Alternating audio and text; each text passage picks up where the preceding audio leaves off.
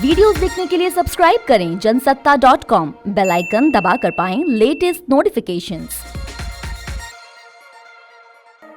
नमस्कार, स्वागत है आपका जनसत्ता पर। आंध्र प्रदेश के विशाखापट्टनम में 24 घंटे के अंदर एक बार फिर से केमिकल प्लांट से गैस लीक होने की खबर है। बताया जा रहा है कि देर रात अचानक फिर से गैस का रिसाव हो गया, जिसके चलते इलाके में अफरा तफरी मच गई। हालांकि प्रशासन तुरंत हरकत में आया और रात में ही इलाके को खाली करा लिया।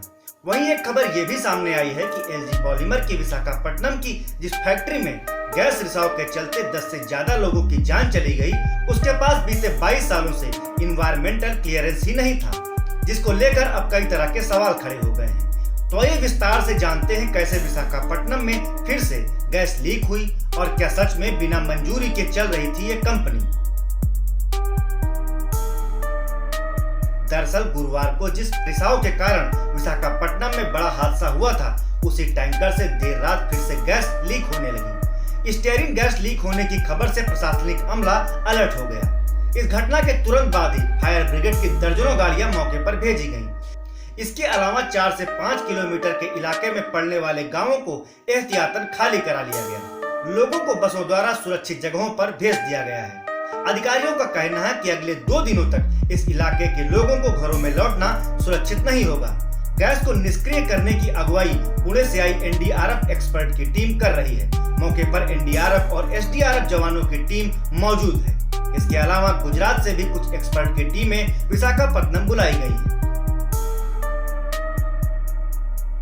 वहीं इस बीच इंडियन एक्सप्रेस के हाथ कुछ अहम दस्तावेज लगे हैं, जिसके मुताबिक एलजी पॉलीमर इंडिया की विशाखापट्टनम इकाई, जहां गैस लीक होने की वजह से कई लोगों की जान चली गई और दर्जनों लोग घायल हो गए, उसके पास पेट्रोकेमिकल प्लांट चलाने के लिए 1997 से 2019 तक इन्वायरमेंटल क्लियरेंस ही नहीं था।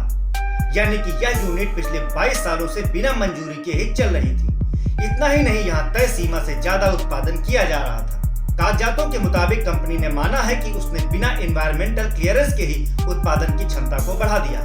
हालांकि 10 मई 2019 को इसी कंपनी ने भविष्य में किसी भी प्रकार के जरूरी नियमों का उल्लंघन नहीं करने की बात कही थी।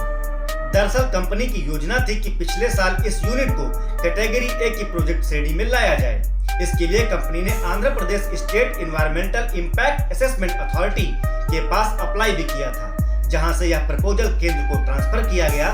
लेकिन तब केंद्रीय पर्यावरण मंत्रालय ने कंपनी के प्रपोजल को लिस्ट से यह कहते हुए हटा दिया था, ऐसा लगता है कि यह कंपनी अपने प्रोजेक्ट को आगे बढ़ाने में दिलचस्पी नहीं रखती है। आपको बता दें कि साल 1997 में एलजी पॉलीमर्स ने यह प्लांट मैकडॉवेल एंड कंपनी से खरीदा था। इसके बाद आंध्र प्रदेश प्रदूषण नियंत्रण बोर्ड के पास मई 2019 में प्लांट को हरी झंडी देने के लिए अप्लाई किया गया। दरअसल कंपनी उसके उत्पादन क्षमता को प्रतिदिन 415 टन से बढ़ाकर 655 टन करना चाहती थी। इस यूनिट में प्लास्टिक उत्पादन का काम होता था। इसके अलावा यहाँ प्राइमरी प्लास्टिक को इंजीनियरिंग प्लास्टिक में रिप्रोसेस करने का भी काम होता था। फिलहाल शुरुआती जांच रिपोर्ट में पता चला है कि गैस वाल्व में दिक्कत आने के कारण गुरुवार की सुबह गैस का रिसाव शुरू हो गया। हालांकि अभी मामले की पूरी जांच होना बाकी है। तो ये थी एलजी पॉलीमर प्लांट गैस हादसे पर हमारी रिपोर्ट। आपको हमारी यह रिपोर्ट कैसी लगी हमें बताएं कमेंट बॉक्स में। साथ ही साथ देश और दुनिया से जुड़ी हर खबर के लिए बने रहें जनसत्ता के साथ।